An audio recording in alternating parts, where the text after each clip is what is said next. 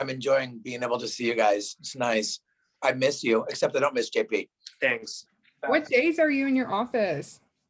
Only Monday through Friday and sometimes Saturday. Oh, okay. I'll come visit someday. Oh yeah, I'm here all the time, so you can catch me. Except today, we have that thesis defense at 4, so I'm going to go home and then do it there. So it's I don't know. We'll see how it goes. Hey, Mark. Hey, I was getting a brief synopsis on stress phys from JP. You guys are doing some cool stuff, very cool stuff. Yeah, it's just sort of more comprehensive than we did for the undergrad version. So far, all we've done is a huge introduction of what stress is, and then heat and cold. So this is what, lecture 20 or 21 or something like that, and it's just heat and cold is all we have so far. Yeah. Tomorrow, the stress syllabus goes before curriculum committee, so we'll get this baby approved too. So that'll be nice. Hey, Jensen, we have some artwork for you from Jacob Cunha, who drew this. Yeah, so it's the calves took me 3 hours alone. So this was the hardest part. You had to actually develop them with mTOR. Yeah, you had to translate the calves. You weren't drawing; you were translating. Oh no, yeah, for sure. It was great. It was definitely an experience. I might switch my major. That's funny. How you been? I'll let you get your last. Oh, I'm doing good. How about you? Doing well. That's good. Good to hear. It's awesome. Yeah. Well, I'll let you guys get back to your thing. All right. Yeah. Right. Sorry about that. Sorry about the distraction. Pull out the slides. So we'll go for I have a thesis defense of 4, and we'll just go sort of until then. Check out whenever you want. If you have stuff going and you're or you just your attention span will not last until 4 p.m. That's fine, right? I'll get this posted tonight. And so you'll have a couple of days to use this for studying. And I will also post the PDF of the PowerPoints themselves, so you don't need to fast forward and rewind. You can sort of skim and look for where one of the slides might live. And so I'll get all of this stuff posted tonight. Now I'm sort of back to back with a lot of things until pretty much 9 o'clock. I might be able to get this uploaded before then. I probably will, because I can multitask while I'm if I'm in a meeting or something like that. I can probably be uploading while I'm doing that. But definitely by tonight I'll have all this stuff up. And just unmute and chat, or type in the chat box or something if you have questions. I haven't written the test yet. I have some questions and concepts, and I have a Word doc with ideas, but the actual test isn't written yet. So I'm open to suggestions of how you would want the test done, the types of phrasings, the types of content, the types of questions, the approach. At this point, I'm open to suggestion. If tomorrow night comes around and you have a suggestion, it's probably too late, because I gotta get the thing done, and undoing what I've done will be too late. So now is the time to throw in some input. But the entire thing is going to be today. We'll see how far we get. And but again, I will get this uploaded and I'll get the PDF uploaded. But you know what homeostasis is? I'm sure there's going to be some questions about just terms, because there's such easy questions to ask, not necessarily to answer, although they're relatively easy to answer, especially in the age of open note tests. They're very easy to answer. But this study is such a good one to illustrate the effect of stress. Right, from 1980 to 1988 in Baltimore, there was those shipyard workers, and they were exposed to radiation. And what people thought was that the highest radiation group was death was lingering on the dock. Right, so you have the Grim Reaper with the scythe just hanging out there on the boardwalk or whatever, waiting until your shift is over to come up and just slice your neck. And they all lived the longest. I mean, not all lived the longest, but when you're looking at these mean values, and no matter how you dice it, the radiation group lived the longest. And it's an example that stress, even stresses people think of as just wholly terrible, not HOLY, wholly with a W in it. encompassingly terrible. These sorts of stresses bestow advantages. They give us this reinforced capacity to endure future bouts of, in general, that seems stress. But if they can upregulate our own, say, antioxidant system, that will have overlap with other threats. And so when we think of things like broccoli and sulforaphane, there are studies where people are given sulforaphane or just, make, a bunch of broccoli or whatever, and its anti-carcinogenic properties are optimized following consumption. So following consumption, when you have this increase, this acute increase in your body's own defense systems, that's the best time to introduce carcinogens to your body. If you're a very carcinogenic person, if you have hobbies or pleasures or pursuits or whatever's, or a career or something that has a very carcinogenic component to it, I have a bunch of sulforaphane right beforehand, right? And so when we see this specificity of adaptation, sometimes there's some overlap in an Edward Adolph kind of way, some overlap in, adaptates overlap, that expression that I keep using. This is just his quotation that I keep using. In general, specificity of adaptation, definitely know the names of specificity of adaptation, know those names, and their relative contributions to it, and know obviously all about Cellier, know about Cellier. I'll have a picture of him in just a minute. But also just make sure you can categorize these into the shelves where they belong. Habituation, sensitization, that you know what those are, right? Accommodation versus adaptation, you know what those are, right? So accommodation, readily reversible. This is something that happens fast. Your pupils don't wait an hour. It's not like, well, I need to expose my pupils to 8 days of sunlight before they learn to constrict. That's not, this is very fast, and it goes away just as fast as it sets in. So those are accommodations. You are accommodating usually environmental stressors or threats. Adaptation, much more permanent. And so like with heat adaptation, couple of weeks and you're going to have a pretty complete set of acclimatization functions. You're going to be sweating sooner and more and retaining some of that sodium, and your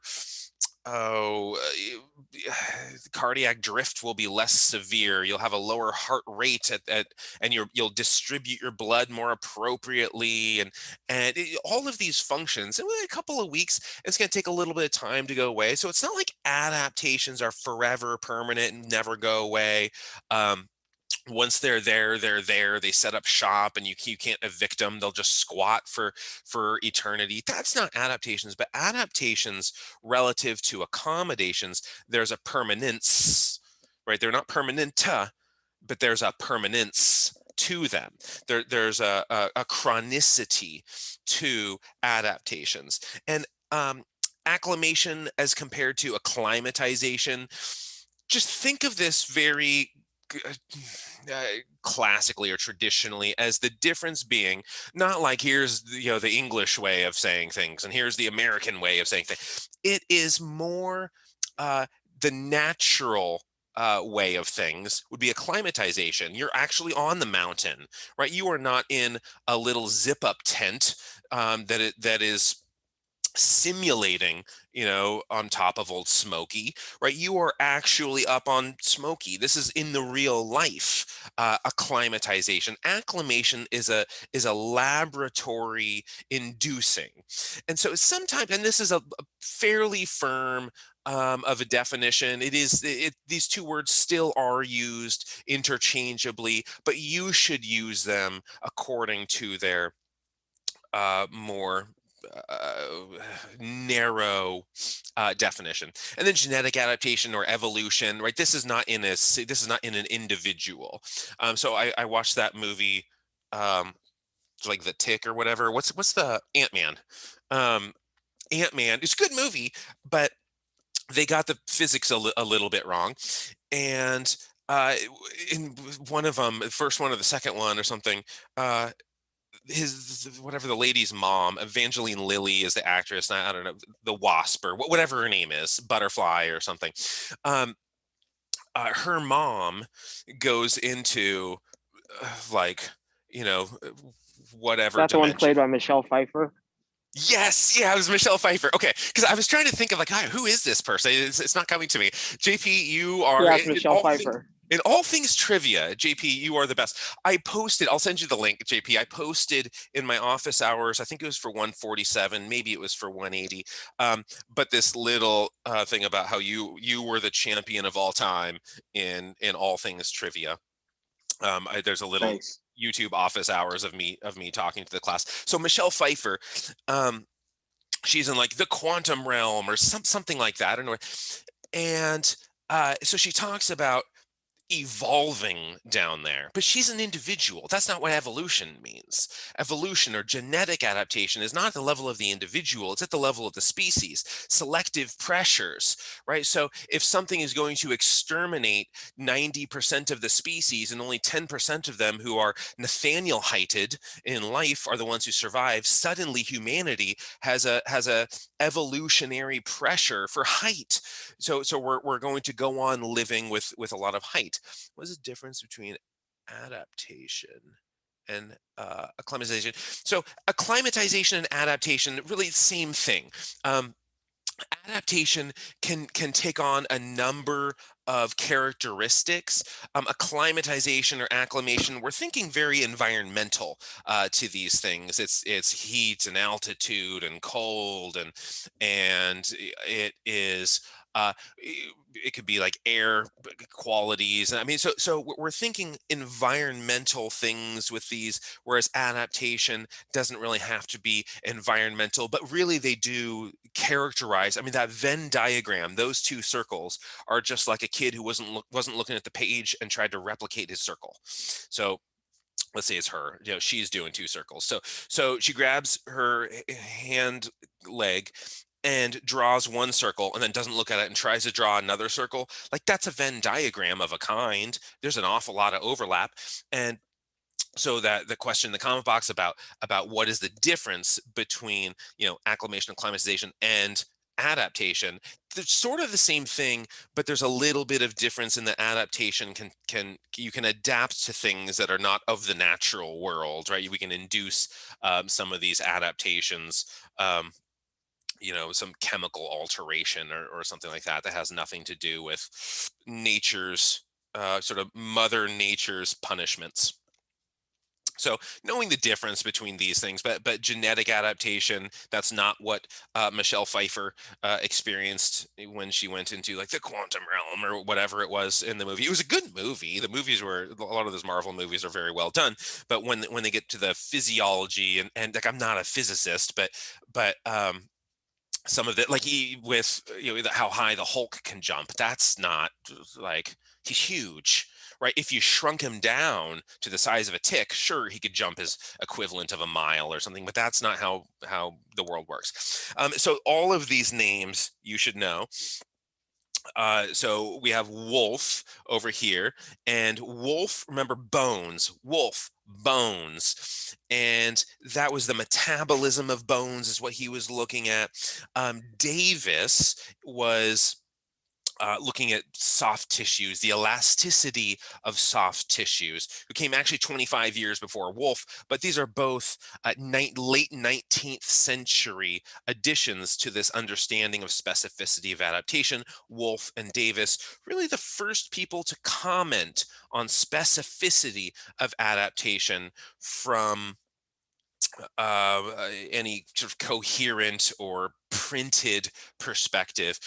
And we all know Cellier. Now Cellier did get something right, and you should know that what he got right was that general alarm reaction, right? That the HPA axis, the hypothalamic pituitary adrenal axis, and the SAM, sympathoadrenal medullary response, that we're going to mobilize energy substrates. We're going to get the heart beating. We're going to get ready for action. Who cares what the stress is? We're going to get ready for action. As our genomes were being assembled, right? Genetic adaptation, as the selective pressures for human survival were shaping our race, our species. Um, we didn't have things like exams, oh, there's an exam on Friday after. That wasn't a thing, right? What we had was predators and prey and pains and like immediate needs. And so these chronic stresses that we're subjected to today, sometimes if we have this general alarm reaction that is prolonged, that is stretched out, that's bad. We don't want that, right? That ends up being very harmful for our tissues. And you can think of it in any number of ways. One way is like, look at cortisol and your immune system. Do you want a crappy immune system? Tons of cortisol, right? You have tons of cortisol and your immune system sucks. Now, in the short term, it's actually okay because you have bigger things to worry, literally bigger things to worry about than like microbes. You have literally bigger things to worry about than pathogens. You have a lion to worry about. And so our general alarm reaction is very effective and sort of intuitive and necessary for human survival. But yeah, it's not really equipped for space age living, for digital age living. It's not really equipped for that. And so what Cellier got wrong was his going a little bit too far on this idea of generalities. And even in the 50s, right, that was 1936 when Cellier was talking about when he introduced the idea of general adaptation syndrome. But in the 50s, when he started giving it a little bit more room, a wider berth, he still would talk about, well, but we should focus on the generality of it all. He still clung to that premise, as we all do if you establish a position. When I go into a meeting, and you should do this too in life, just don't talk. I talk for like a living because I teach, right? But outside of the classroom, I don't talk as much because I don't want to establish a position on something that I'm going to later have to defend. So if I go to a meeting or I'm in some unfamiliar context, I'm the quiet one because the person who speaks up first, they spend the rest of the meeting or that event defending their position and looking more and more hilarious as their position breaks down and their heels dig deeper. And that's sort of what Cellier did for his career. He established a bold position, and then instead of saying, oh shit, I got some stuff wrong, let me backtrack a little bit and admit my weaknesses, he just dug in deeper and then cashed a lot of checks from cigarette companies in the US and from Canada. Now, we have Edward Adolph over here. Definitely know Edward Adolph. He was the one who, in the 50s, Edward Adolph became a very prominent figure in specificity of adaptation, and he was criticizing Cellier. Is widely supposed, right? That was his line to say Cellier's a dumbass. It is widely supposed. Who supposed it? Cellier. But he didn't say that. What he said is, here's what Cellier says in very professional words. And then he followed with legitimate research that said Cellier's premise is kind of funny. It's silly that anyone believes this. We should know better by now, in a super professional way, not the way I say it. And then this is Thomas Delorme over here, and know his name too, because he's an important figure in establishing specificity of adaptation right after, in 1945, very shortly after, within the decade of the time that Cellier introduced the idea of general adaptation syndrome. Thomas Delorme said, well, let's take a bunch of wounded soldiers into a weight room and see what happens. And we can heal them. What do they need? Do they need muscular endurance? Do they need cardiovascular endurance? Do they need strength in some direction or domain or muscle group or whatever? What do they need? And specificity of adaptation was the answer. So know these 5 people, and for a grad class, there's few enough of you, or I'm not overrun by numbers. And so if I may have some written stuff on there, and so maybe like, who is the person or whatever. And if you spell stuff wrong, I don't care, but you have tons of time to look it up, because you're going to have a pre and post extension on the exam. But exercise is good for you because it's bad for you. That's the premise. That's the theme. That is I'm putting my words in Michael Scott's mouth, but you get the idea. Why is exercise good? Well, because it threatens us. There are loads. There are chemical environments. There's a set of stressors that we experience that threatens us. What do we do in response to threat? We either succumb and become ill and die and stuff. Selye did have some commentary that was reasonable there, or we rise to the challenge, we confront it, we better ourselves, right? So if you have something, if you have a test, you study for the test to become smarter and more prepared. If you have a tennis match coming up and it's like, oh, I haven't played in 3 weeks, that's not like what any of you would do, but like, oh, I haven't practiced in a while, you're gonna practice some to get ready for this. If you have a weightlifting event, you're gonna like strengthen it. We're going. Is everybody there? Can you hear me? You went out for a second. Okay. Yeah, my whole, like, everything just let me, okay.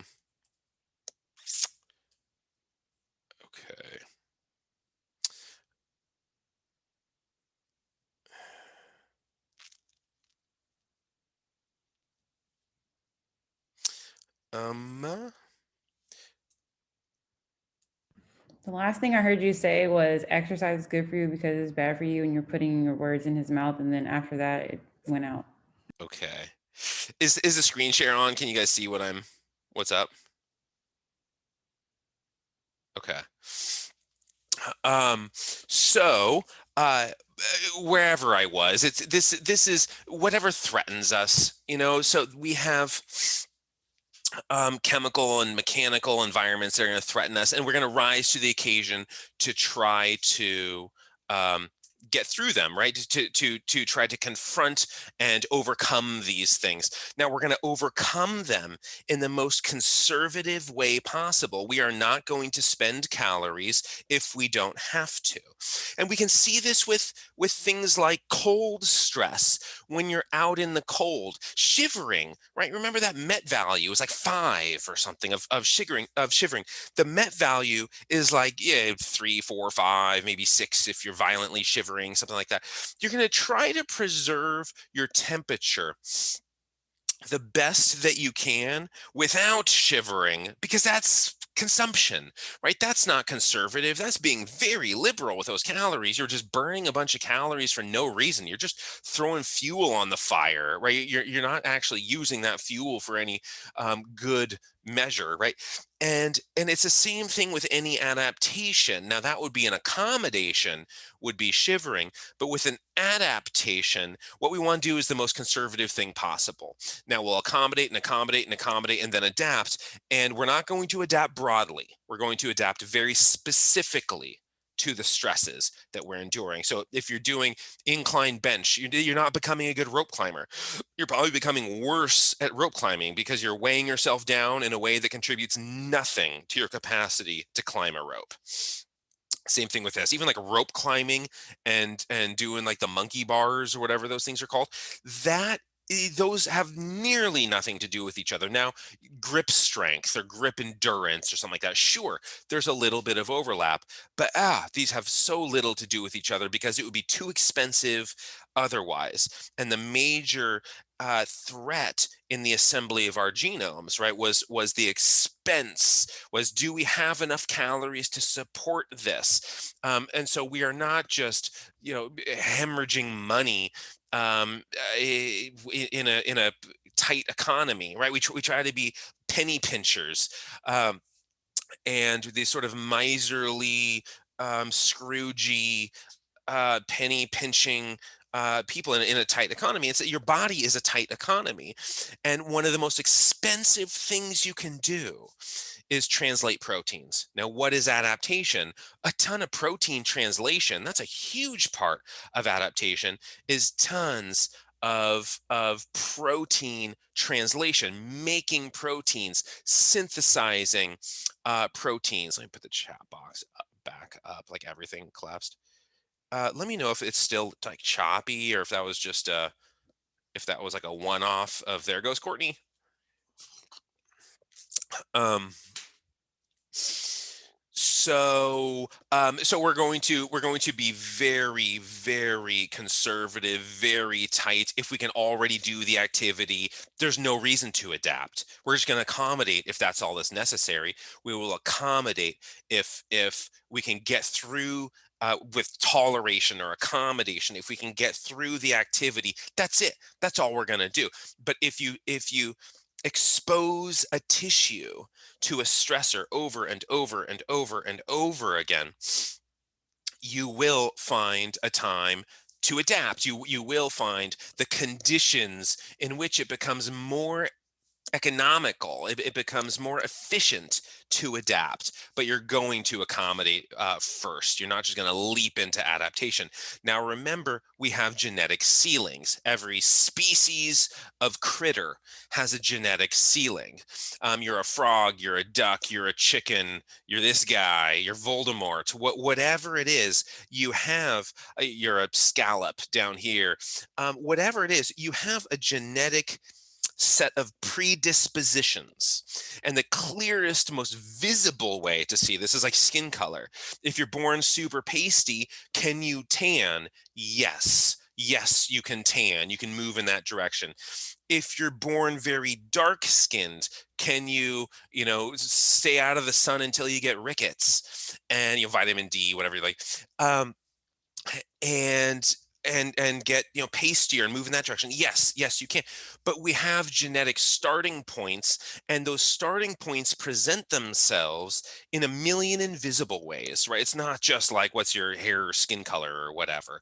They present themselves in strength capacities and oxidative capacities in any number of ways, and we can always make progress, or we can regress. We can develop capacities, but we're never going to be the isometric beasts that a bivalve mollusk is, because that was genetically selected, right? That was genetic adaptation. Its survival depended on its ability to maintain isometric contractions. Our survival has nothing to do with that.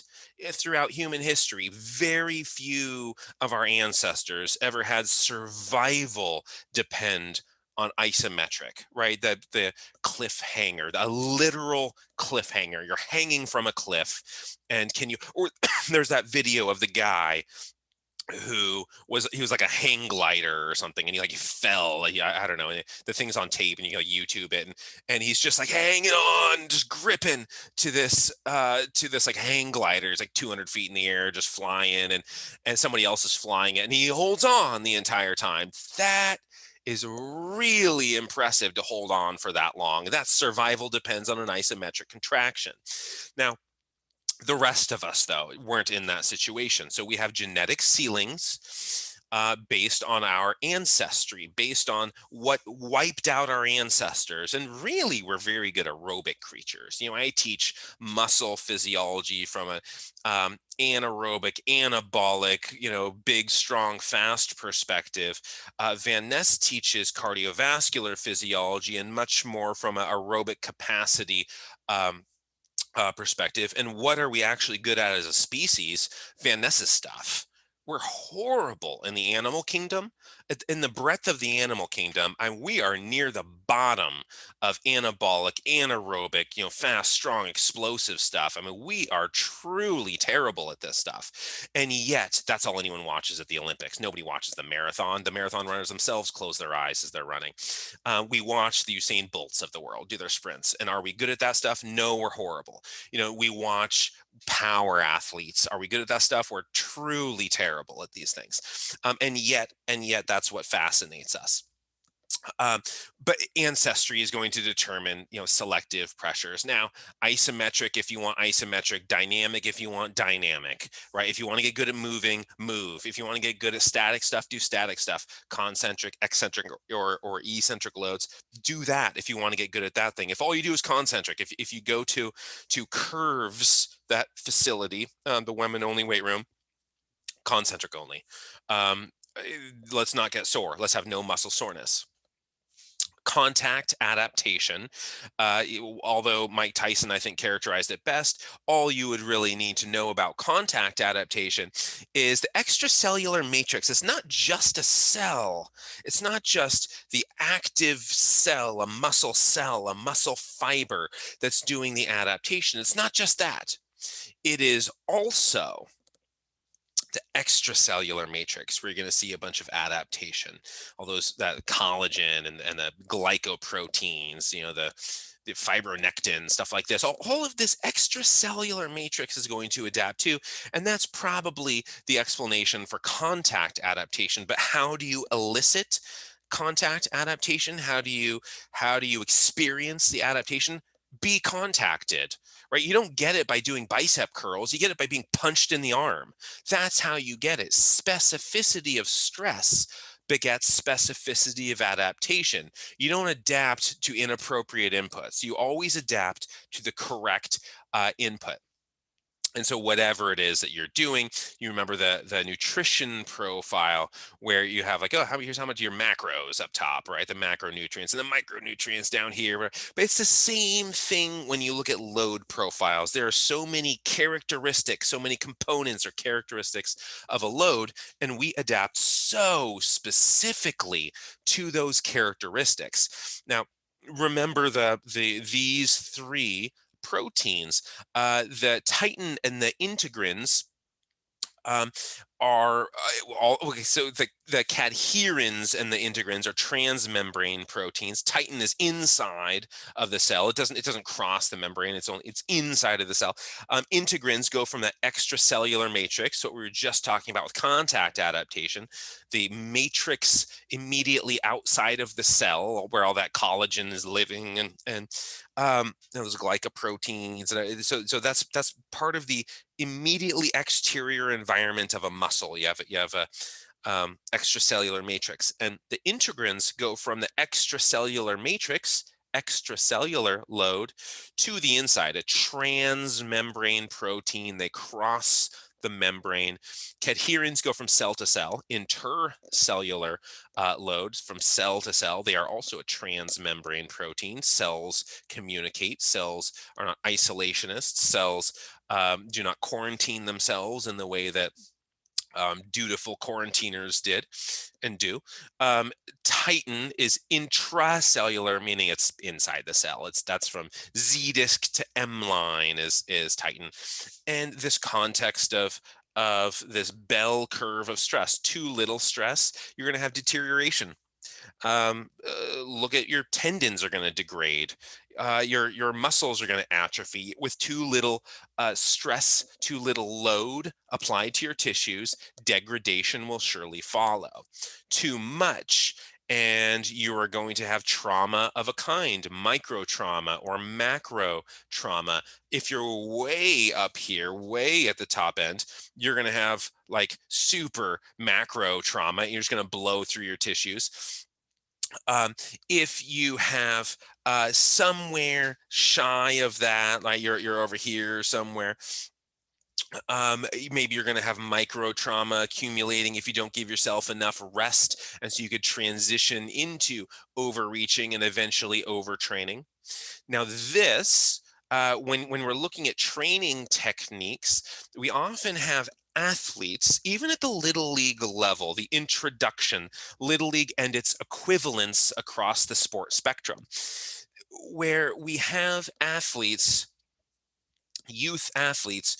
I want you to swim 30 laps, or I want you to throw 50 fastballs, or I want you to do this drill. I want you to do, if it's tennis, I want you to serve, X amount of times in a row. That's not what kids do if left to their own emotional ADD devices, their ADDD. And it's like they'll just run around on watch kids at recess if it's unstructured. They'll do something for a minute and then they'll do something else for 10 seconds. They'll do something else for 30 seconds. They'll climb half a tree, run half a lap, push like half a person, and then run from the teacher for half a, whatever. It's a bunch of half activities. They're like half-assing half activities. That's what kids do. And then we enforce structured exercise on kids, and their bodies aren't ready to tolerate that. Now, especially if it's one directional, right? If it's, let's do a bunch of anterior stuff, anterior stuff, anterior stuff, anterior stuff. Where's the posterior? We're going to get an opposition of forces imbalance in these situations. An imbalance in the opposition of forces, and then you can injure yourself just by relative weakness, not by weakness, not by like, oh, I'm bench pressing the broomstick. You could be bench pressing a lot, but if your row is not comparably increased, you have a unidirectional imbalance, right? If you are really lopsided in a capacity, the muscles that are opposing that force are going to be loose and lax, right? They're going to be weaker, they're going to give, and you're going to wind up injured. So relative strength disparities are as consequential as absolute strength weakness, as being, like, I don't know, having like some wasting disorder. It depends on magnitude for both of these things. But so all those take home points from the first section of what, every single source of stress is unique. Every stress source is unique. And Selye was incorrect here about general adaptation syndrome. He hit the mark on a couple of things: general alarm reaction. And if you prolong general alarm for a little bit too long, you can suffer consequences. Some hypothalamic pituitary adrenal dysfunction, some regulation issues, some adrenal fatigue, hypothalamic dysfunction. And that's when you look at overtraining syndrome. We're seeing a lot of that expression of overtraining syndrome come from the hypothalamus. And you don't get the axes, hypothalamic pituitary adrenal, hypothalamic pituitary thyroid, hypothalamic pituitary gonadal. You start disrupting these axes. But everything adapts, every tissue, every cell you have, all of this is adapting, and it's all specific. It's all specificity of that adaptation aimed in the direction of self-preservation. The reason we adapt isn't because your body thinks, oh, this will look cooler, right? The mirror is going to love this. That's not the reason you adapt. You adapt so you can survive. And we introduce these sort of foreign acclimation things that don't really have anything to do with our survival. What does like 20-inch biceps have to do with survival of the human form in a modern context where, like, if something goes wrong, you call the police? When do you need, this doesn't have anything to do with our survival. I mean, like, when was the last time you were in a car that didn't have power steering? We don't need any of these capacities. But we adapt for survival, for self-preservation. So if you can keep that in mind, what is the reason my body adapts? Self-preservation. Now, you can hijack the system a little bit. You can hijack the system to say, here's the optimal way to show my body that this adaptation is necessary, to show my body that preservation is required. Like, I will not eat a bite of food until I do X amount of exercise. So my body couples exercise to food acquisition, and then I'll get really good at the exercise. I'm not saying that exact sentence is found or replicated in the literature. I could defend it physiologically, but you can think creatively, intuitively about some of these principles. and apply them to your own training, apply them to your athletes if you're a strength coach or a sport coach, apply them to your clients if you're a trainer, apply them to your patients if you're a physical therapist. You can think about these concepts and employ them in very prescriptive ways. We're constantly trying to adapt to our environments, and that really is what physical therapy and strength training, coaching, and all of these things are. That's all it is.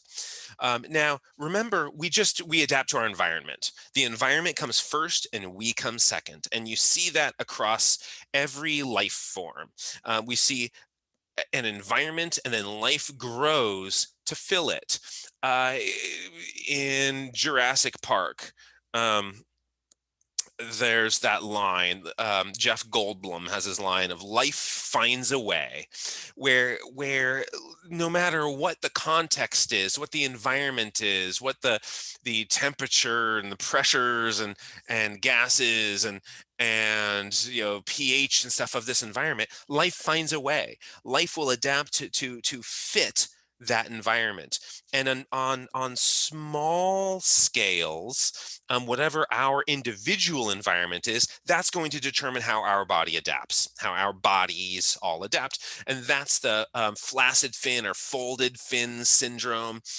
When you put an orca in SeaWorld, right, the fin always bends to the side, because they're circling this counterclockwise. They do the same direction circle all the time, shallow water.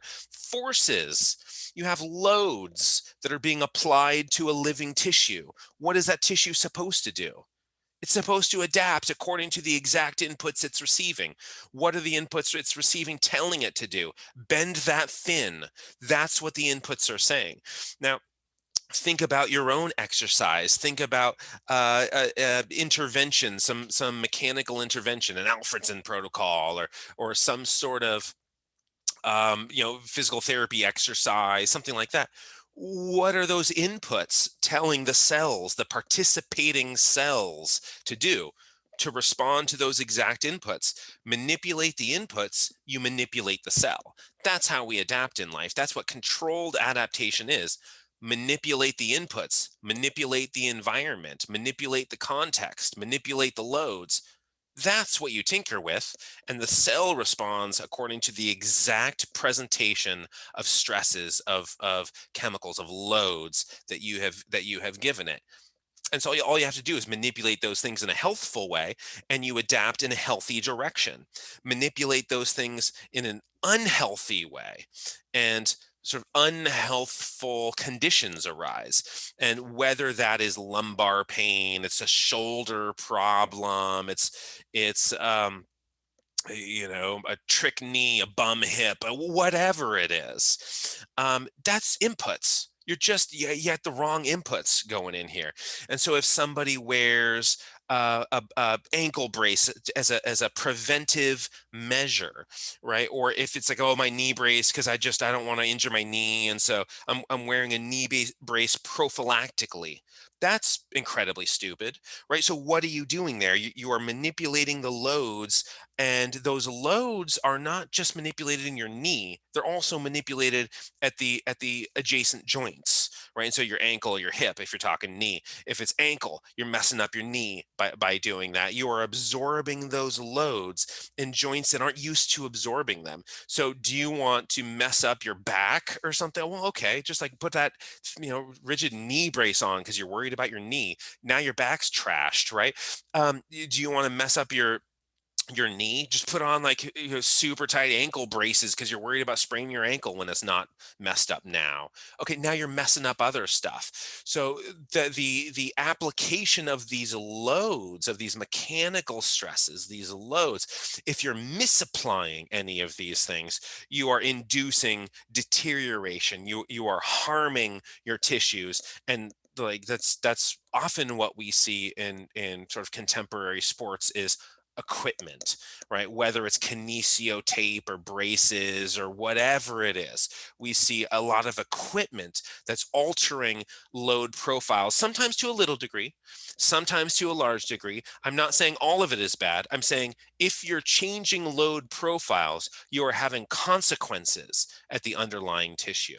specificity of adaptation, consequences at the underlying tissue. So whatever you're doing, you're getting good at that specific thing. And if you want to run, like, so maybe I'll have some prescriptive questions on the test. If you want to run a mile in 6 minutes, train running at whatever that is, 12 miles an hour or whatever it is, train running at that speed, run at that exact speed, and allow your muscles to see contraction velocity of a 6-minute mile. Now you want to run a 5-minute mile. Okay, we're speeding things up a little bit more. Is that 12 miles an hour? And like, I guess in like a 4-minute mile is 15, whatever. So, but the contraction velocity is a mechanical profile. You want your muscle to be able to perform a specific task at a specific speed with specific energetic resources. How do you do that? Subject your muscle to that specific task in those specific contexts. And that's how you're going to adapt to be able to perform that task. Now, go run, 8-minute miles. Are you getting good at a 6-minute mile? No. Right now, maybe you're improving your, oxygen carrying capacity of your blood. Okay, that's going to help a little bit, sure. But you're not contributing all of your troops, all of your adaptive troops to the task. Just again, velocity specific stuff. If you want to get good at a particular velocity, train at that velocity. Don't train like, well, I'm jogging because I want to get good at running. That's not I don't know what you're doing. No, this is the Thomas DeLorme study in 1945, and just looking at specificity of adaptation in a weight room, right? No matter what you're doing, specificity of hearing, specificity of taste, and every sense, every faculty you have, every function you're capable of performing is bound to the laws of specificity. Now, when people go too far, you remember the Iowa thing, the strength coach at Iowa, who's I'm sure a lovely guy, but having his weightlifters just like, oh, wrestling, everyone's on the move and nobody's stable, and they are it's hard to tackle somebody with perfect form and pin them with perfect form and heave them with perfect form. So just heave in any way you can, right? That's the principle in Iowa, and that's a fallacy, right? That you're just going to injure yourself in a way where the muscles are experiencing bad loads. The muscles are experiencing loads that is causing too much stress on the joints, micro trauma that should not be experienced, that you're probably not experiencing the right endocrine responses to exercise. You're just degrading your tissues and putting yourself at risk of a catastrophic injury when you train this way. And for what reason, right? Now, what weightlifting is good for is training the tissues to be able to exert force in a particular direction. Now, one barely off vector here and you're in a cast for the season, right? This is not a useful thing to do. It doesn't contribute to performance, and it certainly doesn't contribute to performance any better than lifting with optimal form, and it puts you at risk of catastrophic injury. I mean, this is just ludicrous. In the same way that there's a lot of pop media that you're going to see, the My 600 Pound Life, stuff like that, where, okay, we're going to cut you down to like 1,000 calories or 500 calories or whatever it is. Ludicrous, right? Have you ever once seen a reunion show where people from My 1,000-pound life come back and say, it's been 5 years and I kept the weight off? Have you ever seen that person? No, because they're all like bigger than they were before, because that shit doesn't work, right? And so when you see pop culture giving these prescriptions, exercise prescriptions, when you see people without education giving coaching advice or exercise or therapeutic advice or diet advice, man, that's going to go badly, right? So it's your job to make sure that you take a clear and cogent understanding of physiology and stress physiology and apply that to clients and patients and athletes and things like that. Now, definitely no size principle. It's one of the foundational principles of muscle physiology, but when we're talking about stress and loads placed on tissues, how does a muscle respond to it? Conservatively, just like everything else. We are Republicans have nothing on the conservation of a human cell, right? In terms of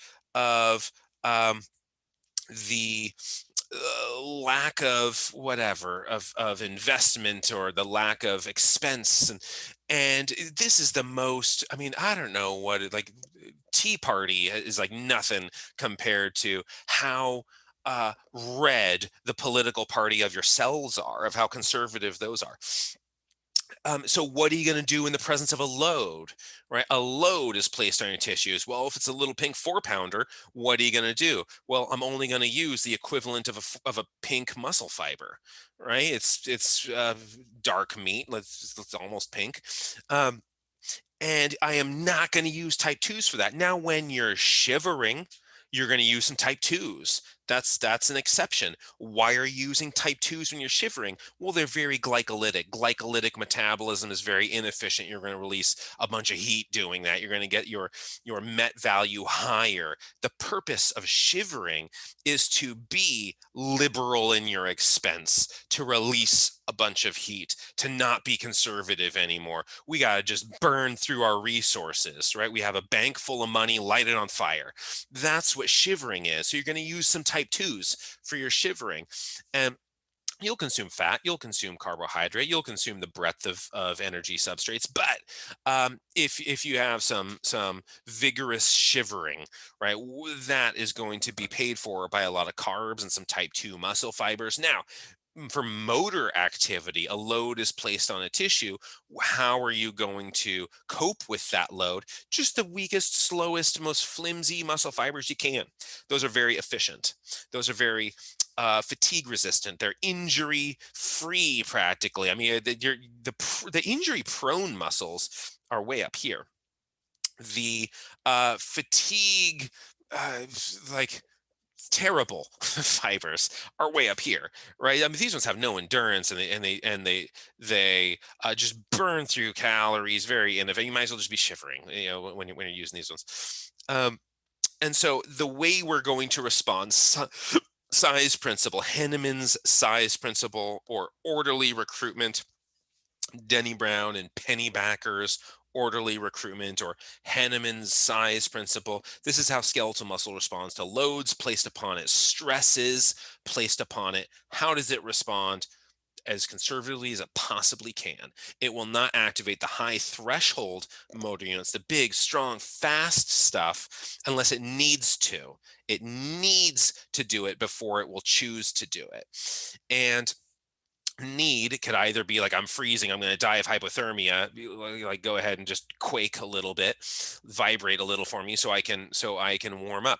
Or it can be the application of a really high load, or it can be the application of a moderate load that you've held for a really long time, and like finally it's like, okay, whatever, I guess the type 2s have to pitch in here at some point, because this has really gotten out of hand. And it's literally going to get out of hand if I don't recruit the type 2s. I can't hold on to this any longer, so I'll recruit the type 2s. So that's what, you know, this sort of stress profile. Now, throughout life, right, when Arnold gets a little bit older, if you apply what is perfect stress to, say, these people right here, you apply perfect stress to them. Arnold in his prime, that's like nothing. I mean, he's going to atrophy. He literally will atrophy. He will actually atrophy. With the perfect stress for them, will cause deterioration of his tissues. Now, when Arnold's a little bit older, you apply that amount of stress and he's going to need a little bit more recovery. He might be subjected to injury. So throughout a lifespan, this changes where we reside, what stress profiles look like is going to change. Now, I'll put a couple of case studies on the test. You don't need to know the PAR-Q. That's just like a very crude way of excluding people from participation in something vigorous and in something potentially lethal. But definitely know this, have a slide of this, a picture of this written down, something like that. And then we'll do some case studies where I'll give you a few clients or patients or athletes or something and say, how many risk factors does this person have? And are they high, moderate, or low risk? And not really what you're going to do with them, but just give me a risk class, figure out how many risk factors they are and what's a risk class. So that's really easy to do because you can have that with you. And I've uploaded that chapter 2, and that's the 9th edition right here. But chapter 2 from that book is actually uploaded right now in PDF form on Canvas. And so you can pull up that chapter and just have that open. So there should be easy questions as long as you take your time with them and you have tons of time. Wait, I for have the a test. question, Jensen. Yeah. So, we'll be using that table to assess whether someone is going to be low, high, or moderate, right? Yes. So what you'll do is I'm going to give you a paragraph, and I'll probably do like 2 of these on the test. That's right now what I'm thinking and planning, and if I remember my thoughts and plans, then I'll follow through with them. But so, if just based on, male or female, how old are they? Well, it's a 47-year-old female. Okay, well, that's, not a risk factor, because for females, you have to be 55 or older. For males, 45 or older counts as a risk factor. And for family history, add a decade to that stuff. And cigarette smoking, that's a risk factor. Obesity, that's a risk factor. And it gets a little bit trickier with waist circumference is actually different in males and females, but BMI is the same in males and females. And if one of those variables, if the case study, if the person, the patient, let's say, has, let's say it's a male with a waist circumference of 105 or something like that, but a BMI of 27, well, that's still a risk factor because they the waist circumference piece. And so making sure you're really cautious with, you go through and mark up the answer in a way where you can identify every risk factor and just be really accurate with it. And then you'll use if they have fewer than 2, meaning 1 or 0, they're low risk. Right? If they have 2 to infinity, but no signs or symptoms of illness, and I'll make that obvious. I'll say like, oh, they have COPD and giant ankles. I'll make it obvious if it's a high risk patient, but I'm not going to do like some little tricky thing for the for a high risk one. So it's mostly going to be distinguishing between moderate and low risk. But so you would use this to distinguish between moderate and low risk based on the number of risk factors they have on that ACSM table. So these would be some examples of normal case studies. These would be examples of normal case studies. These are actually from the book, and the answers to these ones are apparently not here. They're in the earlier slides. The answers to those they're also in the chapter. If you just pull up that exercise testing and prescription book, chapter 2, the PDF, and look, and you'll see the answers to those case studies there as well. And this idea of overtraining, I'm sure I'll ask a question about overtraining. So overreaching and overtraining, functional overreaching, and then what follows is overtraining, well, of non-functional overreaching and then overtraining. So it goes functional overreaching, which is sort of fine. That just means like go home for a few days and watch Netflix, and I'll see you on, what day is it today? Wednesday. Yeah, all right. I'll see you on Monday, and you're going to be like a beast on Monday. That's like functional overreaching. Is like not a big deal. People will incorporate that into training to just drain you and drain you and drain you, and then this kind of super compensatory response. Now, if you drain and drain and drain and drain and drain and drain somebody, you're going to get into non-functional overreaching, which you're not going to be able to bounce back stronger with a PR, after 5 days from now, 7 days from now, you're not going to have a PR. you can recover, and you can recover in relatively short time, but there's nothing advantageous. There's no technique that can be employed with non-functional overreaching. That's just bad training. That's just somebody not monitoring themselves. That's or somebody not having a good, coach or whatever. And that's where a lot of people sort of straddle that line between functional overreaching and non-functional overreaching. And it's not just because of the workloads that people experience. It's in part diet, it's in part hydration, it's in part sleep.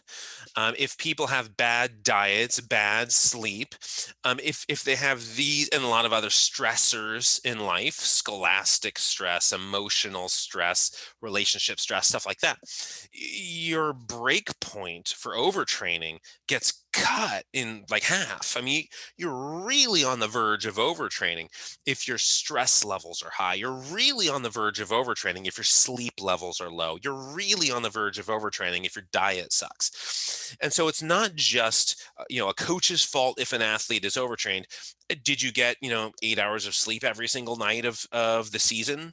Were there nights of sleep where you're getting like 3 or 4 hours? Well, that's on you, right? Unless it's on like, well, I was in the military at the time being shot at. Like, okay, well, that's on like, political leaders and stuff. And so there's a balance of all of these things. And figuring out how to detect non-functional overreaching and functional overreaching, so you can detect these things early, and often you can figure this out in the morning with things like heart rate, and if performance starts to suffer a little bit, resting heart rate starts to change a little bit. Okay, let's back off a tiny bit. Let's back off and allow some recuperation. Because if you don't back off and you keep going, what you're going to wind up with is dysfunction of the hypothalamus, dysfunction of hypothalamic axes. And the HPA axis, hypothalamic pituitary adrenal axis, is one of these primary ones that you're going to see. And if you hit that stage of transitioning, of graduating from non-functional overreaching to overtraining, this could last a lifetime. This will certainly last your season.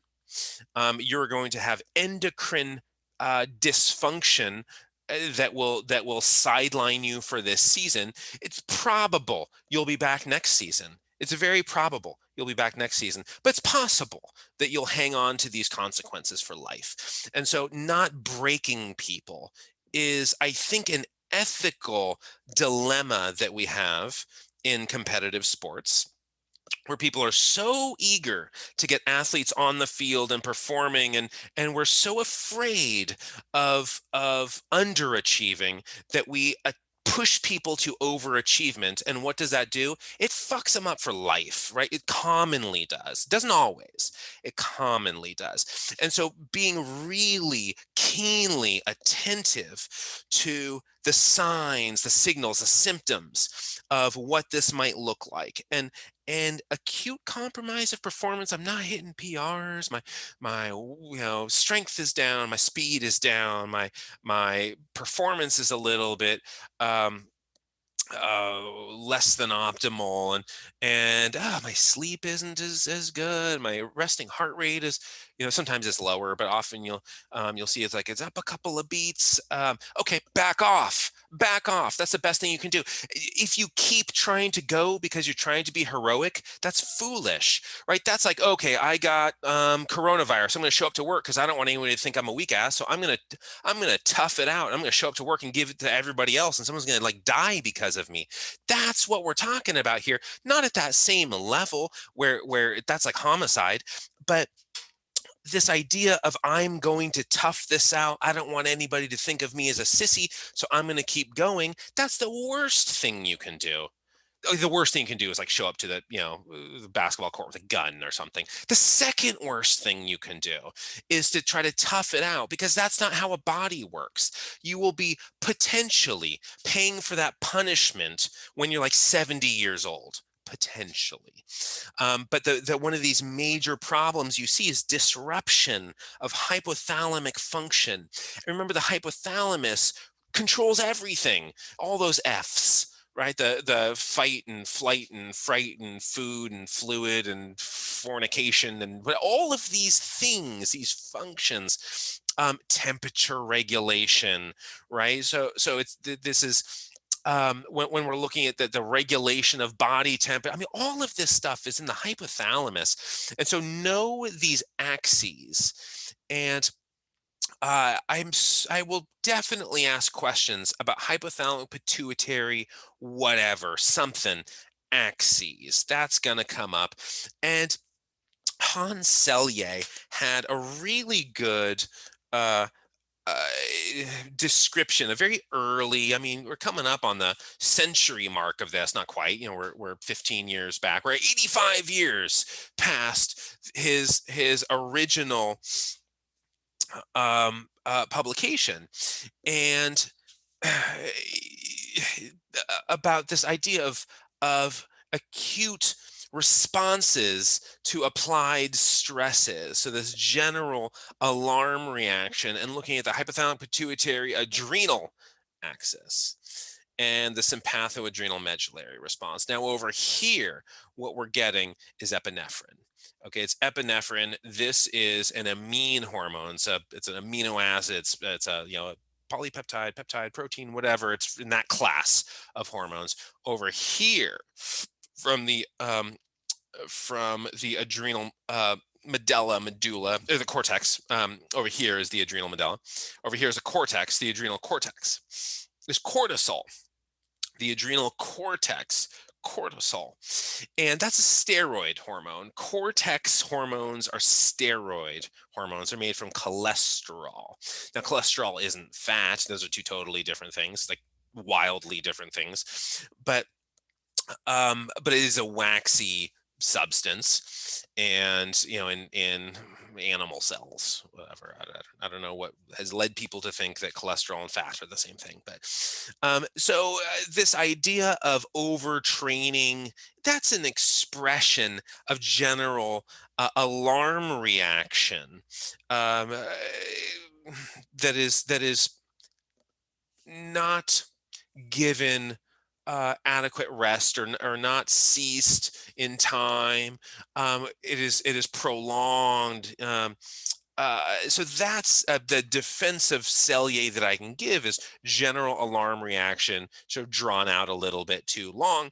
And then we come back to Edward Adolph. It has been widely supposed, right?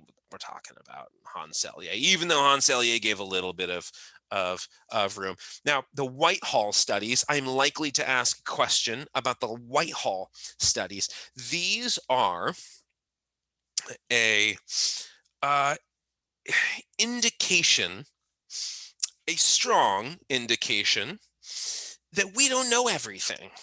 There are variables that matter a great deal, and we don't really know how to explain them.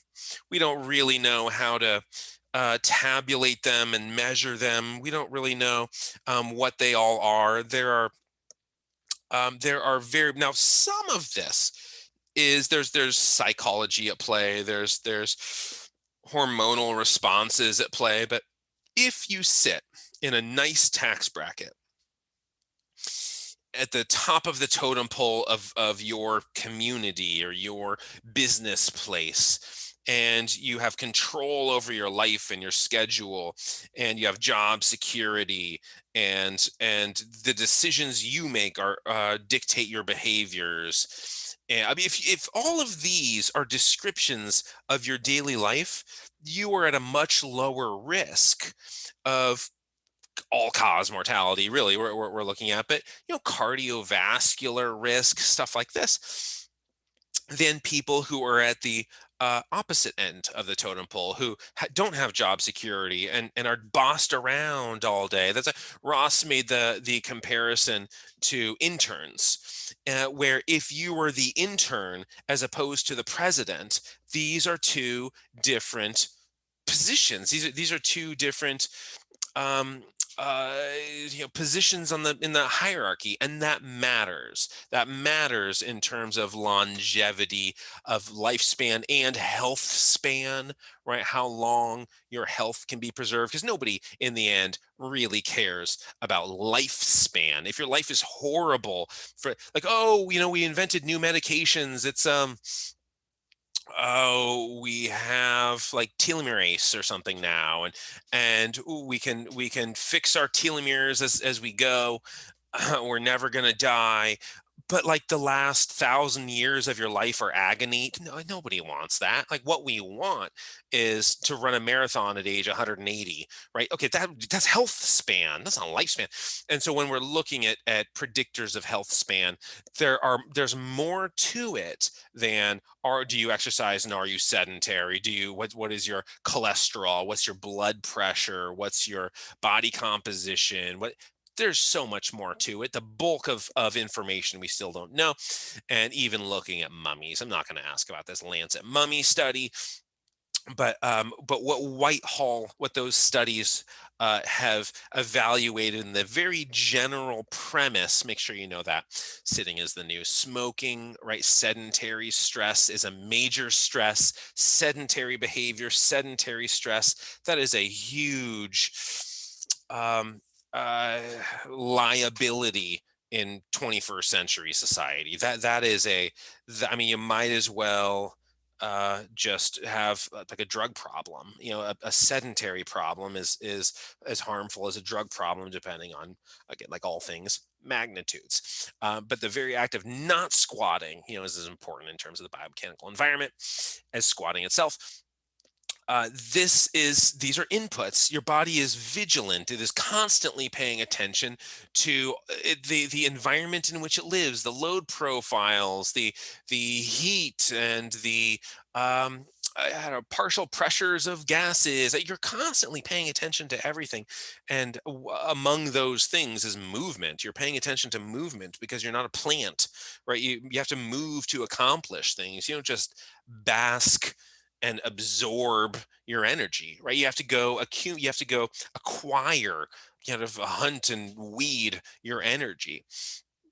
Oh, I probably won't ask about this stuff, but the lumbar plexus, all of these postural deviations. Maybe I will ask from the perspective of sedentary behavior and our postural deviation. So whether that is tons of sitting and the lumbar plexus, or it is sort of the hunched life. We're hunched over cell phones looking at them. We're hunched in front of a computer looking at that.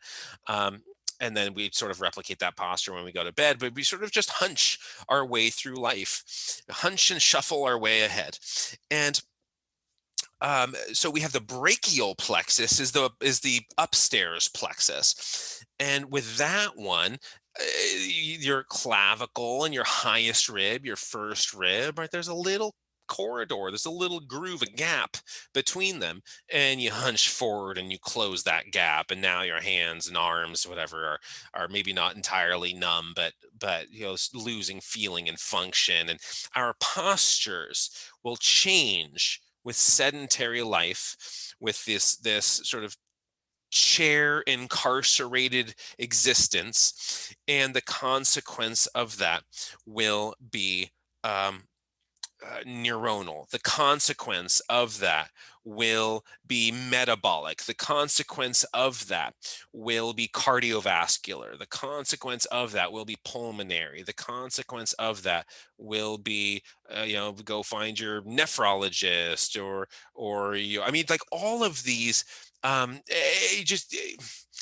your endocrinologist, and I mean, every, gist, every whateverist, you're going to have to see if your life is sedentary. We really decay from that position.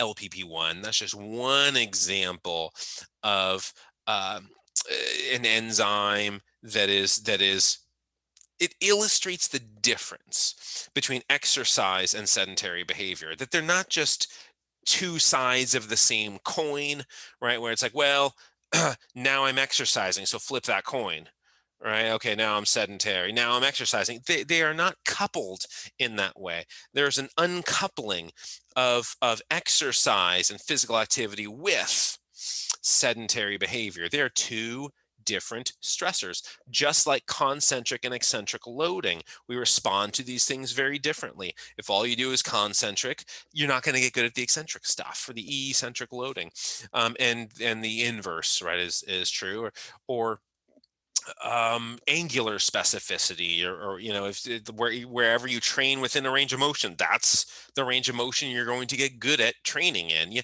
And so specificity of adaptation and all of these things, but LPP1, if you are ambulatory, right, you're wandering, you're walking, you're moving, that's the um, kind of baseline right here, that we just call it 1. That's not like an actual value. This is a relative value. But you cut this really, practically in half with inactivity, with sedentary behavior, and you don't recover with exercise. 2 hours of exercise is not enough to recover 12 hours of inactivity. And so there's a lot of domains in which exercise does not ward off health decay of a sedentary lifestyle. These are two different inputs, two different stressors on your body. We sit and sit and sit and sit. That's not going to be a question, but it's the thing we're best at in life. Sitting, and we're much better at sitting than we are sleeping. Because like sitting is pretty much the only thing we can do, like multitask. Oh, I sit and, right? With sleep, we try to multitask and you can't do it. You can't, like, well, I'm sleeping and I'm texting, or whatever. Like, well, you're just interrupting your sleep.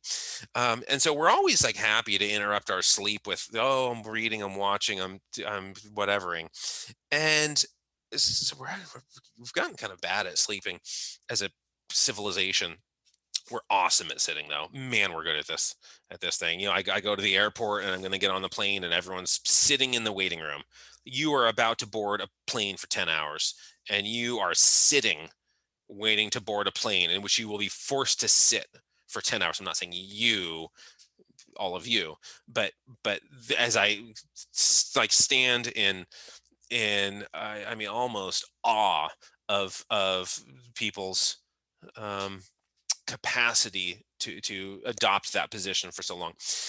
So food in abundance, we know about this idea of the starvation study. Know this study with Ansel Keys, the Minnesota starvation experiment, because one thing that it showed that's going to lead us into starvation, fasting, and starvation as stressors later after break is that initially, early on in starvation, you don't get a metabolic depletion. You don't get that. Let's shut down our metabolic rate, and we'll just kind of get really cold and immobile and sluggish, and we're not going to move much, and we're just going to kind of pass the day in slumber, and hopefully there's a blanket because I just can't warm myself. That doesn't happen in the first 2 days or so. It depends. It'll happen after that, though. But for the first, I don't know, couple of days ish, you don't have a metabolic crash. What you have is ghrelin being released, growth hormone releasing, GHRLN, ghrelin, and you get this sort of animation of your movement and your attention, because you got to go get food. That's what the body's supposed to be doing. You're supposed to go get food at that point, and so you become more attentive and a little bit more twitchy and eager to be active. And then you'll start to transition after that if you don't eat. If it's been like 48 hours and you're still not eating, the body starts transitioning into sluggish mode. Same thing with kids, though. Kids and their movement patterns, right? This isn't pointless. None of these things are pointless. What this stuff is doing is you move and then you respond to that movement. You're like, okay, that movement caused, this neuronal activity induced this movement. And so the body is learning. That's what motor learning is. Motor learning as a field is a neuronal adaptation. It's not just like throw the ball ball right-handed, now throw the ball left-handed. How did you feel emotionally? This is a neuronal adaptation of wiring from the alpha motor cortex, and there's an afferent and an efferent. There's a sensory input from the periphery, and then that's going to inform your brain of, here's what just happened. You did this thing and you moved in this like ridiculous way. Maybe that's not ideal. Maybe we can try something else. This over here will work on a dance floor, I guess. But mobilization is necessary for learning, and immobilization is a requisite step to decay and atrophy and dysfunction. Put a cast on something, and that tissue is going to lose both nervous activity. You will lose some of your capacity of motor control. You can get it back, whatever, but you'll lose some motor control, and you'll certainly lose a lot of tissue. A lot of protein is going to be degraded in there. You're going to lose function and integrity of the tissue and cross-sectional area and well, all those capacities. Now, the worst thing you can do is stress and sit. The worst thing you can do is get stressed out and sit down. Nothing worse than, okay, whatever, I don't know, meth is maybe worse. Again, we're talking doses here. But the general alarm reaction, Hans Selye, general alarm reaction, right? We get alarmed, we mobilize energy substrates, and then we sit down and stew. That's not good, right? That is not horrible.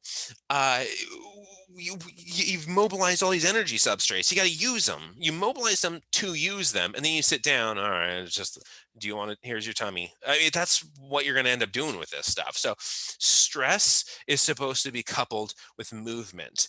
Anxiety, stress, anticipation, jitters. All of these things should be coupled with motion and exercise and non-exercise, NEAT, activity thermogenesis. This is one of the big, know what NEAT is, know what non-exercise activity thermogenesis, know what this is.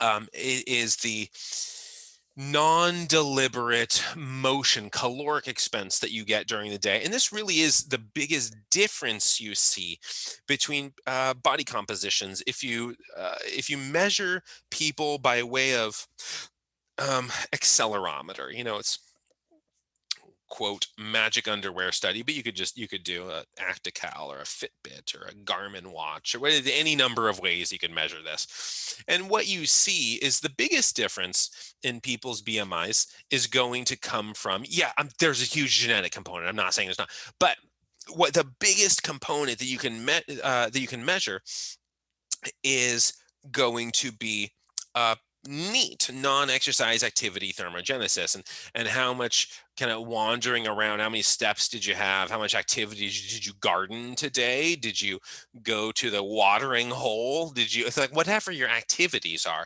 Well, I exercised for an hour and I spent the other 23 hours sedentary. Okay, you exercised hard for an hour. That doesn't matter in terms of cardiovascular health, in terms of BMI, stuff like that. It doesn't matter that much. NEAT matters more. I don't know. I guess know these things about a skeletal muscle, how it works. It earns its own sustenance. Skeletal muscle earns its own sustenance. Now, one of those things is a skeletal muscle pump. If you stand up and lock your knees, like exercise for a minute, stand up and lock your knees and just and try to flex nothing, I pass out, right? That's the choir bleachers or the military row or the standing at the wedding or whatever it is, and people will pass out because you are pooling blood. Your veins don't have this blood pressure enough to return blood back to your heart so it can repump it out and get it to your brain stuff. And so you have to recruit skeletal muscle, the skeletal muscle pump. You have to recruit skeletal muscle. And when you squeeze on those veins. Those veins are like toothpaste tubes. You can squeeze that toothpaste tube anywhere on the tube, and it only goes in one direction, right? Because there's only one direction it can go, unless there's multiple holes in your toothpaste tube. But if there's just one direction it can go, the toothpaste comes out the top. So that's why everyone's tooth, at least mine, I don't know if you guys are really organized with your toothpaste. Mine just has this like hand appearance of a like a fist grip in the middle of it, and the toothpaste at the top and bottom. But so that's a skeletal muscle pump. There are valves that prevent backflow, and it always goes back to the heart. So the muscle has to contract to earn the blood it receives, to earn the blood that gets pumped back to it. GLUT4, density and translocation, use of muscle. If you just eat and sit, insulin has to translocate your GLUT4, glucose transporter 4. That's the one that goes from the blood into the cell. There's a bunch of glutes. This one goes from the blood into the cells. And to mobilize GLUT4, to translocate GLUT4, this molecule is going to is going to escort sugar into the cell. If you don't mobilize GLUT4, you have really high blood sugar and nothing gets into the cells. You have to mobilize GLUT4. Now, if you're going to rely on insulin to do it, that's horrible, right? Insulin is very, very destructive. Now it's anabolic and it has functions that if you don't have, if type 1 diabetes is even more destructive, I mean, that's like, that's scary. Now you can manage that with insulin, right? But you need insulin. Insulin is critical, but regulation is so important.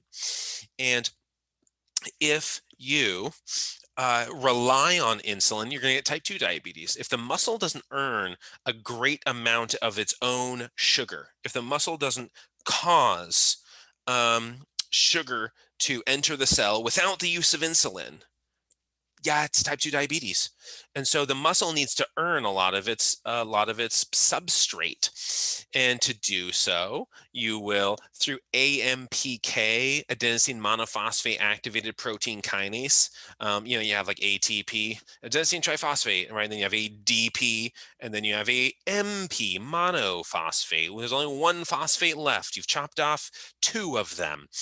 And that last one, that AMP, that molecule is going to activate AMPK, AMP activated protein kinase. And AMPK is an enzyme, a kinase, an enzyme that phosphorylates stuff. And among the things it phosphorylates, it's going to mobilize GLUT4 for you. Right, non-insulin dependent glucose uptake. That's AMPK glucose uptake. Use the muscle for a while. Just start exercising and you'll activate AMPK, and AMPK is going to call sugar into the cell. And what does insulin do? If you have to use insulin to get the sugar into the cell, stores it, right? Glycogen synthase. Let's just keep all of this. All right, we're gonna be hoarders with glucose. We're gonna store it as glycogen. That's what insulin does. That's not what AMPK does. AMPK does not store it. AMPK consumes it. AMPK activates hexokinase and phosphofructokinase. That's glycolysis. So it brings sugar into the cell and then burns it immediately. And so AMPK is to create ATP, right? To create more ATP in the cell. And so the muscle earns its energy substrates, and that's so much healthier than when the muscle just inherits, right? It's just passive, like a scam likely, like, oh, you won a boat or whatever. Click here, it's free, like Netflix accounts, whatever. That's insulin. I mean, insulin's like scam likely, like you click on it and it's like malware and stuff. But the muscle will earn with GLUT4 density, more of it, and translocation is going to consume the sugar that gets there. And then also vasodilation. So in addition to the skeletal muscle pump, that's like the physiological name for it, the pump is this vasodilation. It's called reactive hyperemia. Hyperemia, that's the skeletal muscle pump. That's like weight room pump. That's like the bro pump is reactive or functional or exertional hyperemia, excessive blood flow. It's not just in skeletal muscle, right? It's in whatever organ, kidneys and whatever, it's all over the place. But in the muscle, it's particularly potent because muscle releases all of these byproducts of its metabolism. And those byproducts of metabolism tell the upstream arterioles to say, oh, vasodilate, we'll send more blood this way. Right, so the sort of fires of industry, right? The smoke coming off of the metabolism of muscle, that is the marker to send more blood to that muscle. The skeletal muscle pump also gets more blood back to the heart, so it can send more to the muscle. And this is a way that the muscle earns its own calories. Now, if the muscle is inactive, whenever the muscle is inactive, what we're going to see is decay, and it doesn't take that long. Age-related sarcopenia, muscle wasting. The older you get, the less your body is capable of enduring bouts of sedentary behavior. But sarcopenia or muscle wasting, atrophy, protein degradation, whatever you want to call this, catabolism, whatever. It doesn't take long. It does not take very long before this starts to set in. Oh, just looking at the amount of strength loss per day, the amount of muscle loss per day in all of these different studies. Now, bed rest is a little bit different from like, oh, I was walking around and I mean, like put in a catheter and be immobile.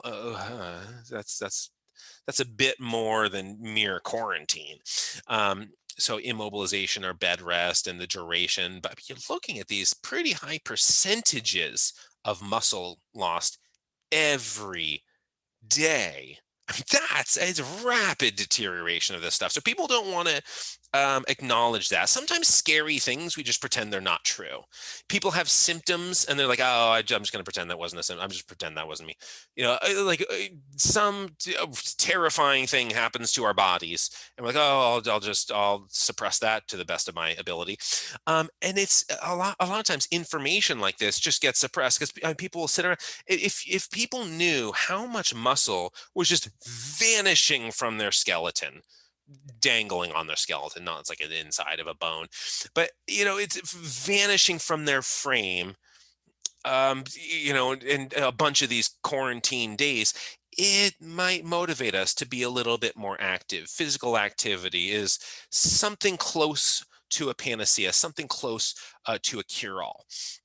Now, is physical activity going to cure it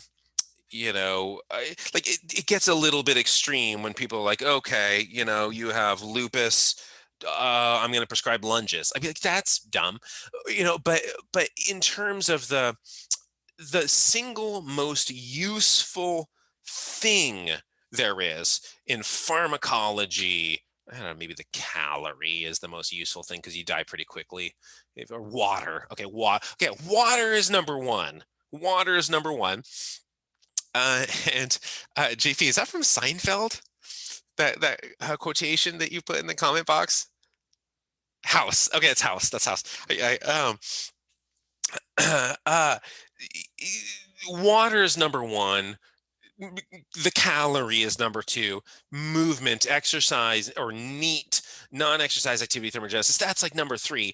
And then I don't need the drugs and stuff is just like, that's like nothing compared to exercise. That'd be like, the best drug in the world that has ever been developed, the single best drug that's ever been developed would be like me trying to do the Tour de France compared to, I don't know who's good at Tour de France. I can only name like Lance Armstrong and like whatever. That was like it.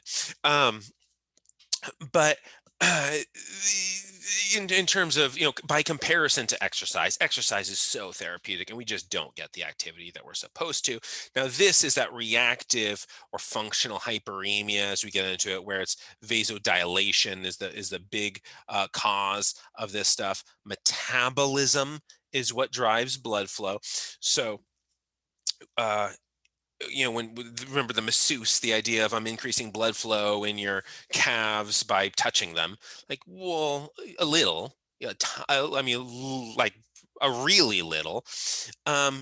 Walking or like flexing. Okay, you can give me a calf massage, or I can just like plantar flex and then dorsiflex a couple of times. The latter is going to drive a lot more blood than the massage will, because metabolism is what drives blood flow. Need, just like with size principle, where what is the reason that we recruit high threshold motor units? Need, right? We're not going to recruit the high threshold stuff if we don't have to. Now, whether it's shivering because we're freezing, we're going to die without it, or it is heaving and I can't heave this without the high threshold stuff. Those contexts, need is what's going to determine use of those fibers. And it's going to be the same thing with metabolism and blood flow. Why does blood flow go to an area? Because it needs it. It needs that blood flow. If it didn't have the blood flow, there would be a problem. And so let's send blood there. Now, if someone's massaging your leg, does your leg suddenly need blood flow? No. Why would it need blood flow to be touched? If it's the one doing all the exertion, there's a metabolic need. And so the lines that people use, that they say, these sort of, God, I don't know, colloquial, like whatever little like expressions and wisdoms that people have, a lot of times, sometimes they're true, sometimes there's truth to them. Often it's just ludicrous though. So remember, the capillary beds do not have smooth muscle, and they are not dilating and constricting. The capillary beds are just receiving. They're just there receiving blood from the upstream arterioles. And so this is really what you see, dilating and constricting in response to a skeletal muscle's activity, to its metabolic byproducts, largely to its metabolic byproducts, and a list of some of those things that it would be doing. So now this is going to be swollen for a different reason from that being swollen, right? This is the bro pump, right? So that's what we just finished talking about, is that reactive hyperemia. This in response to injury, or tissue disruption, or something along those lines, will be, I mean, it's red because it's like there's blood in there. It's hot because it's very metabolically active, and as you know, heat is the major product of metabolism. You release a great deal of your metabolism as heat, and then some of it is going to go to actual like functional mechanical stuff, but a great deal of it's going to be released as heat. And so squeeze that little finger over here, and you're going to experience a warm thing. But the size of this is, blood vessels get leaky in the presence of an injury because the injury is outside of the blood. Let's say, oh, there's like a strained muscle or something, one of those like tendons was messed up in here, and the tendon doesn't live inside of a blood vessel. And so you have to get these immune cells and the proteins and all the necessary ingredients for healing to the tendon. It has to get out of the blood. How does it get out of the blood? Well, the blood vessel has to become porous. It has to become leaky. And so what happens is you get all these different platelet activating factor and prostaglandins. Contextually, they can go either way, and serotonin and complement proteins and vascular endothelial growth factor. And there's all these things that are going to make blood vessels leaky, and you're going to get a bunch of water is going to follow. So these are two very different swellings, here. But going back to this idea of this bell curve of, here's too little stress, here's too much stress, here's Goldilocks lives right in here. If you have too low or too much, you need Goldilocks to have the right amount of collagen synthesis and the right amount of collagen degradation, right? You're going to have these collagenases, you're going to have these enzymes that are going to encourage collagen turnover, right? You don't want just a bunch of like a mess of scar tissue in there, inappropriate collagen deposition. And And so you need appropriate mechanical signaling, not too much, not too little, not weird, just nice, normal, good amounts of mechanical signaling. If you get too much, you're going to get failure. Over here, you have micro trauma. Now that's more of a metabolic problem where you have catabolic signals are predominating. Catabolic signals you're favoring degradation over that balance between anabolism and catabolism. You sort of tilt that leaning. You favor catabolism if you have this excess of micro trauma. I mean, you think it from the perspective of like overreaching and the deterioration of performance and the degradation of tissues when you see overreaching and overtraining, stuff like that. It's sort of like a little local version of that. It's like a little local version of overtraining. It's not a big global hypothalamic pituitary adrenal response or dysfunction, but too much and you're going to have macro trauma and you're going to have failure. So there's the leaky blood vessel that I was talking about, all the different things that contribute to it, the platelet activating factors, serotonin, nitric oxide, some reactive oxygen species, tumor necrosis factor or tumor necrosis factor alpha, TNF alpha. The TNF alpha is what its original name was and what you still see in the literature probably most of the time. Tumor necrosis factor is the sort of lately name. Neutrophils, these guys are going to in the cleaning of tissue, you injure yourself, you're going to clean, and these are the big cleaners, and they're also pus. These are like zitty, pussy stuff, but they're going to secrete superoxide, and so you're gonna clean up an area with proteases. You're going to degrade some proteins in there, but the superoxide, hydrogen peroxide. Let's get in there and custodially clean this up. Sort of squirt bleach everywhere and let's clean this mess up.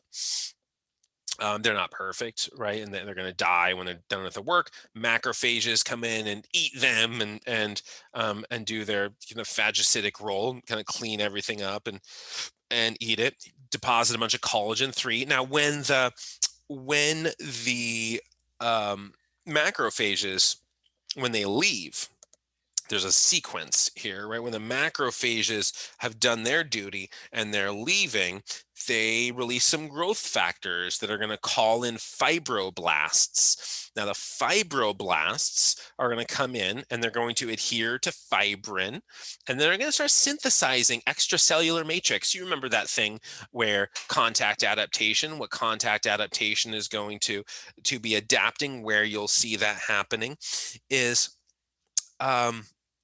the extracellular matrix. So it's a bunch of collagen and fibronectin. Those things are made by fibroblasts. And so they're going to come in, they're going to adhere to fibrin. They're going to make a bunch of collagen, make a bunch of fibronectin and all this extracellular matrix. But they're going to start with collagen 3. This is wavy, terrible stuff. And then you're going to degrade and turn over and eventually replace it with collagen 1 if the load profile is right. If the load profile is right, if the chemical constitution is right, you have these like MyoD would be the muscle one, these transcription factors. And if you present the inappropriate environment, the inappropriate context, you are going to wind up you can potentially wind up with myositis ossificans depositing bone matrix in muscle, because you get osteoblasts, because they're responding just like the dorsal fin. They're responding to their environment. They are a product of their environment. If you tinker with the environmental variables, whether it's load and chemicals, and you are going to elicit a different adaptation, a different function, and you can wind up depositing bone matrix in your cells. And so that David Byrne book, he was from Talking Heads, right? How music works. All he was saying was that the environment comes first, and then the musical genre follows. So environment first, musical genre second. And it's the same thing as context or environment first, body second, species second, tissue second, adaptation second. Whatever it is, you begin with the environment, you begin with the stressor, you begin with the load profile, you begin with that context. And what follows the context is going to be the adaptation at the level of the cell, at the level of the tissue, at the level of the organ, the individual, the species. Is going to be environment first, always environment first. So this is, just talking about MyoD and these transcription factors for muscle, the sequence of healing, the platelets, neutrophils, macrophages, fibroblasts. Ignore the lymphocytes. And then the collagen 1, so collagen 3 first, then collagen 1. The integrity of the tissue really follows the deposition of collagen 1. And what you're sensing right in the nerve, what you're going to be sensing is going to be like anything that a nociceptor can pick up on. So hydrogen ions, substance P and CGRP, it's going to release, but that's going to have a influx of immune cells and effect there. And that transition from acute to chronic pain, substance P and CGRP are critical. Once that regulation is disrupted, CGRP and substance P are if you lose regulation of those, you are much more likely to transition into chronic pain. So things like fibromyalgia, that is a presentation of very high substance P. Fibromyalgia patients have very high substance P. That's not the only thing that causes it, but that is a characteristic of that patient population. Lots of stuff is going to depolarize these nerves. There's your substance P and the CGRP, and the transition from acute pain, like this thing hurt, yeah, you go in for surgery, it went under the knife or whatever, and then it's like a year later, it's like, why does it still hurt? I have like this weird pain for, or like you sprain your ankle once and then you just have this weird ankle pain forever, but there's like nothing structurally wrong. Whatever it is, once upon an injury, and then forever you wind up with pain. And so that's a lot of dysregulation, problems with regulating inflammation. Now, inflammation is one of these triggers for the arousal or alerting of sleeping nociceptors or silent nociceptors. You get a big inflammatory response, and some of these pain fibers, nociceptors, will be awoken. And that is a way of amplifying a pain signal. There's usefulness here. There's utility. Okay, this hurts a lot. I should knock it off, right? When you alert these what were otherwise sort of slumbering nociceptors, some C and A delta fibers, but there are contexts in which you can't really tuck them back in for sleep. Now, the evidence is a little bit limited when you get into sleeping nociceptors. The information isn't abundant in how these things function, but there are indications that some of this chronic pain is kind of waking the dragon, as they say. If you have these slumbering fibers and you wake them up, and maybe you can transition them back to reserve duty, but also maybe they're just active duty now. Like you have activated these troops, and now they're just like shooting their guns everywhere all the time. Afferents affect efferents. Pain affects motor. If you have afferent information, nociceptive information, and you are sensing it, you are feeling it, it comes up, it goes into the dorsal root of the spine, you interpret this, your efferent activity, your motor activity gets compromised. Both alpha motor nerves, voluntary motor contraction, and gamma motor nerves, involuntary motor contraction. Both of these are going to be affected by the afferent activity. Now, some of this is in your control because it's pain avoidance. It hurts when I do this, so I'm not going to do it. Some of it is simple pain avoidance. Some other piece of this is involuntary, reflexive, unconscious. You are in no control of this motor activity. And so it's somewhere in here, there's definitely going to be a test question where I talk about, the consequences of nociceptive activity, the consequence of experiencing pain and trying to recruit skeletal muscle tissue, trying to perform a function. And you are going to rewire both consciously and reflexively your muscles. And this happens everywhere. This isn't just the back, which was the Odson-DeLuca study that was looking at lumbar pain. You may be able to produce the same amount of force, but what muscles are doing it, right? What is the EMG profile of that force production? What does the EMG say about how you are generating force? Now, here we see the infraspinatus in both of these, right? Anterior shoulder instability as compared to a control patient. Here's a control patient. Here's the anterior shoulder instability patient. Like, wow, right? Supraspinatus, this is the opposite effect. And so we're seeing these differences in whatever muscle group you're working with. You're going to see differences in motor recruitment characteristics. Okay, so I have the thesis defense at 4 I'm going to have to get to. Do we have some questions for today? I'll get the slides uploaded. We've been talking about all the heat stuff, but we went from day 2, I guess, whatever, second lecture, up until the heat. But in this slideshow, all of the heat and cold and everything are in there too. Since we spent less time on the cold stress, there will be fewer questions on the cold stress stuff. I'll make the cold questions much more simple because we had, 2 days? Is that all we did? 2 days, 3 days, something like that on cold stress. So I'll have some simpler questions on that one.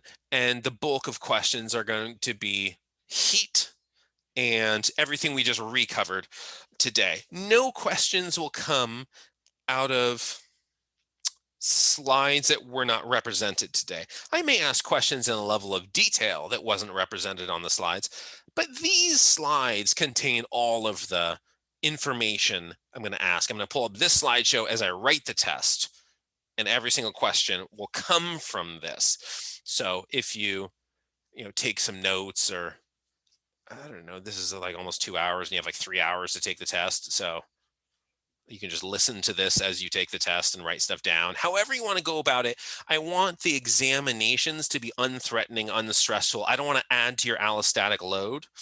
I am very encouraged by all of you and your interest in your questions and your presence and your curiosity. That's all I care about.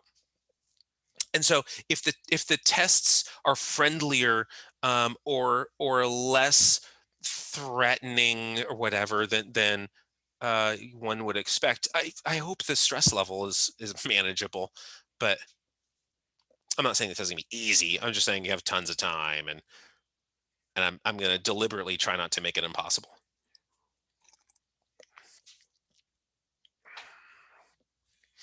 Okay, I'll get this stuff uploaded. I should hop off to, so this thing can export before I get on to the thesis defense. But I'll get this uploaded tonight, and the slideshow, the PDF of all the like PowerPoint, all the actual slides, so you can just scroll through those too. So those will all be up before I go to bed tonight. Okay, and let me know tomorrow if you have questions about something. Send me an email or whatever. Okay, I'll see you guys.